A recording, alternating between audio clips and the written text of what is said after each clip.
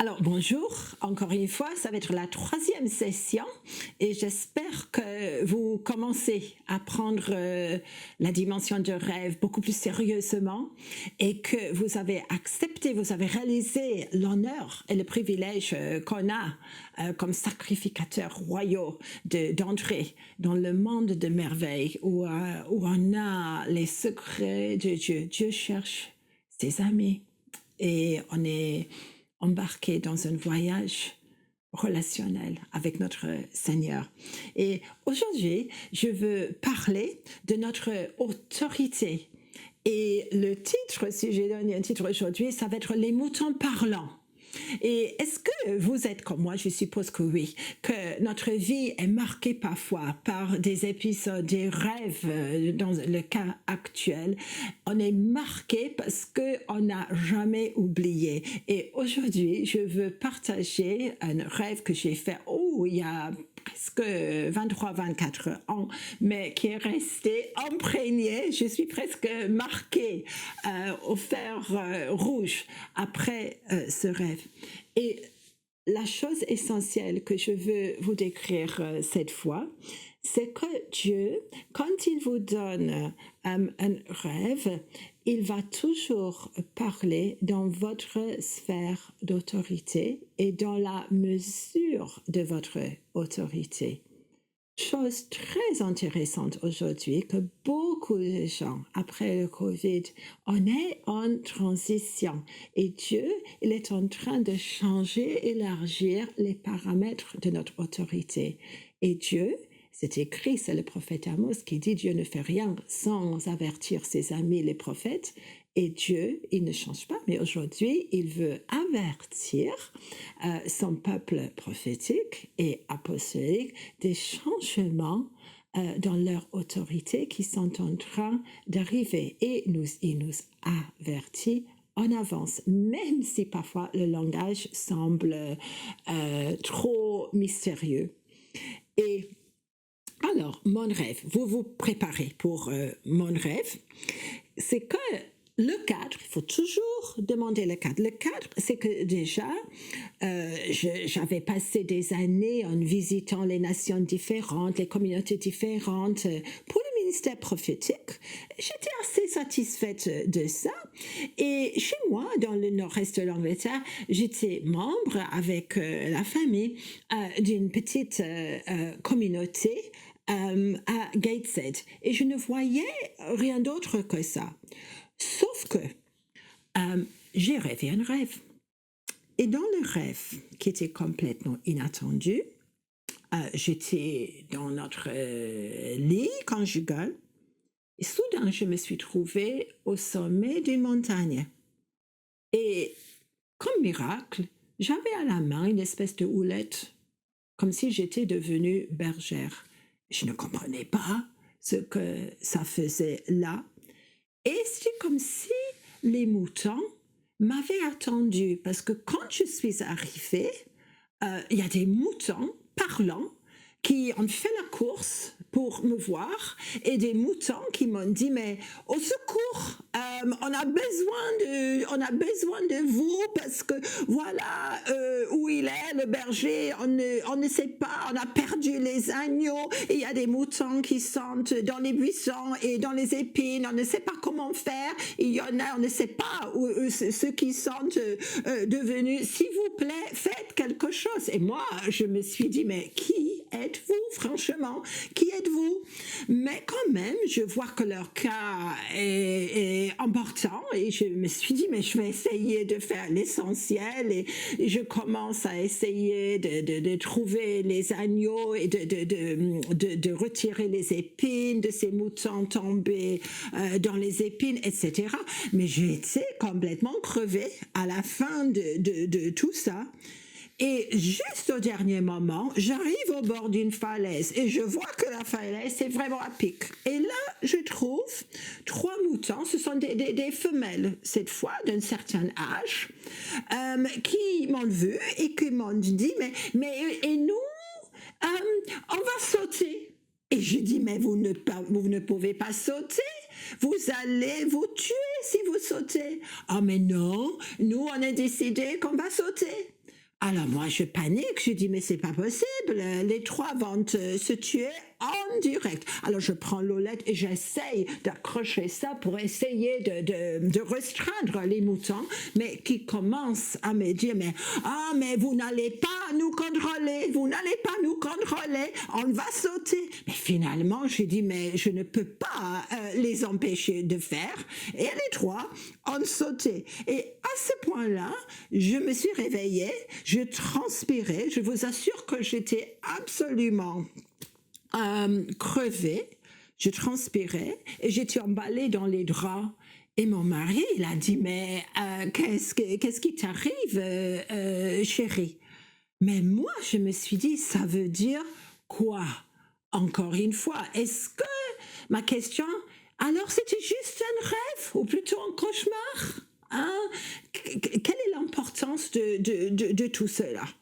Et bien sûr, les moutons ne parlent pas. Si vous pensez que le mouton ordinaire parle, vous avez franchement besoin d'aller consulter un médecin le plus vite possible.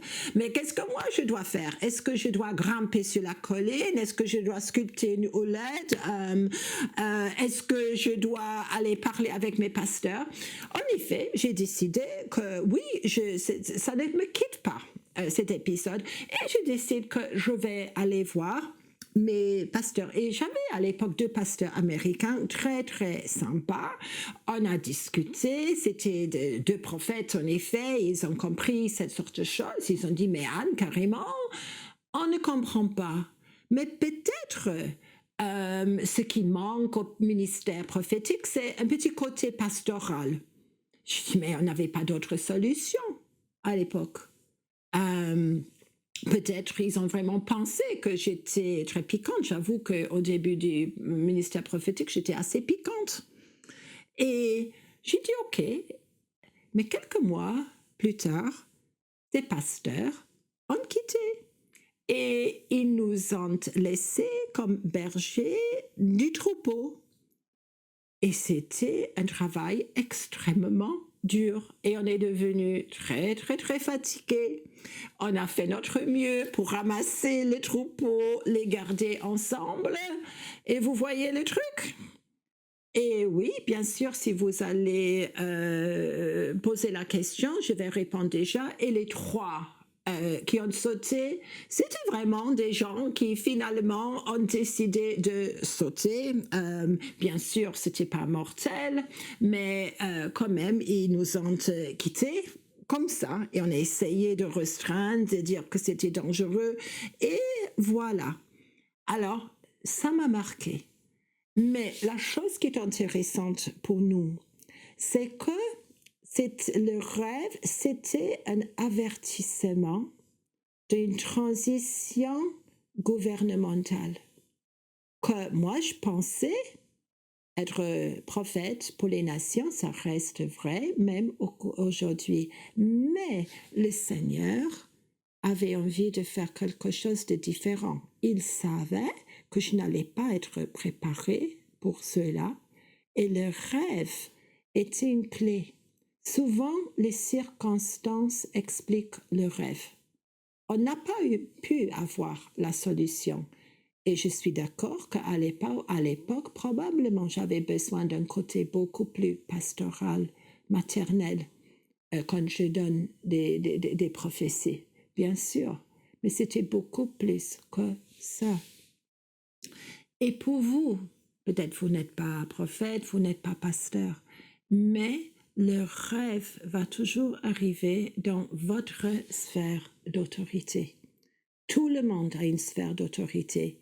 Et puisque je ne vous connais pas personnellement, je dois dire aussi que je ne suis pas forcément en train de parler d'une position d'autorité, pas forcément la position de pasteur, de prophète, d'apôtre ou autre, mais on a tous un ministère.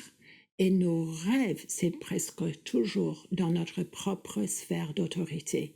Et quand le Seigneur envisage un changement pour nous, souvent, quand on est sur le seuil, et je crois que même en enregistrant aujourd'hui, je réalise combien de gens m'écrivent, m'envoient des mails, parce qu'ils sont en train de reconnaître qu'aujourd'hui, il y a une très grande transition gouvernementale. Et bien sûr, la plupart d'entre nous, on veut réussir ce changement. On veut obéir, on veut plaire à notre Seigneur, n'est-ce pas? Et une autre chose, vous êtes responsable. Vous êtes responsable. Parce que moi, j'aurais pu dire non, quand soudain, du jour au lendemain, on est devenu pasteur. J'aurais pu dire non. Mon mari aurait pu dire non. Mais les circonstances ont expliqué le rêve et quelque chose de très nouveau ou l'aide pastorale pour moi que je tiens aujourd'hui. Bien sûr, c'est un parallèle pour moi avec le ministère de prophète. Les choses changent pour tout le monde. Je suis responsable. Vous êtes responsable. Vous avez un choix. Dieu, il ne force personne. Hein? Et soyons attentifs quand on passe par un seuil. Et là, vous allez être très contesté. Ça va se sentir aussi dans les rêves. On va parler dans une autre émission de la dimension du combat spirituel dans un rêve pendant la nuit. Pensez un peu. Je suis mère, je suis grand-mère, j'étais enseignante dans le passé, je suis pasteur, j'ai une dimension d'intercession aussi, je suis sentinelle pour certaines nations. Et Dieu va me parler dans ces sphères-là. Et avec le niveau d'autorité qu'il nous donne. Et c'est clair que le désir de Dieu aujourd'hui, c'est de donner une récompense à ceux qui ont été fidèles dans le premier mandat. C'est juste comme la parabole qui explique le retour du roi et qui récompense les serviteurs. Il donne une autre autorité. Celui qui a 5 villes maintenant va recevoir une autorité sur une dizaine de villes. Normalement, notre autorité doit être élargie, mais on est responsable. Hein? C'est comme la petite carte.